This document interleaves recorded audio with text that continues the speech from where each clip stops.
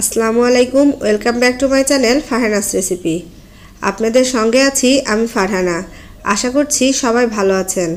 আজকে আপনাদেরকে তৈরি করে দেখাবো মাইক্রোওয়েভ ওভেনে কিভাবে পপকর্ন তৈরি করা যায়। চলুন তাহলে শুরু করা যাক। প্রথমে একটা পাত্রে 3 টেবিল চামচ ভুট্টা নিয়েছি। পপকর্ন বানানোর জন্য যে ভুট্টা, এটা যে কোনো সুপার শপ অথবা মুদি দোকানে পেয়ে যাবেন। এরপর দিয়ে দিচ্ছি সামান্য পরিমাণ লবণ। আপনারা চাইলে পপকর্নের জন্য আলাদা মশলা পাওয়া যায়, সেটা ইউজ করতে পারেন।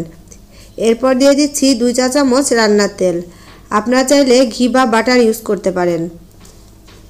এবার ভালোভাবে মিশিয়ে নিচ্ছি। মেশানো হয়ে গেছে। এবার একটা কাগজের প্যাকেটের মধ্যে ভুট্টাগুলোকে দিয়ে কাগজের মুখটা এভাবে ভাঁজ করে দিতে হবে।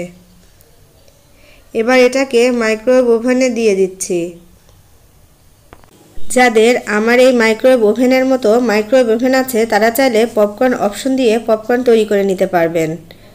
সেক্ষেত্রে এই পপকর্ন অপশনটা একবার প্রেস করে স্টার্ট বাটনে প্রেস করলে পপকর্ন তৈরি হয়ে যাবে।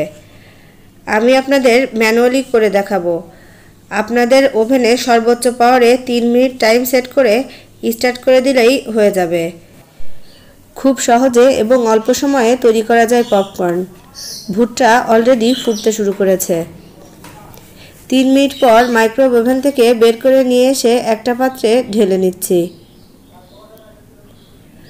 আমার ভিডিওটি ভালো লাগলে তাহলে প্লিজ আমার চ্যানেলটিকে সাবস্ক্রাইব করবেন।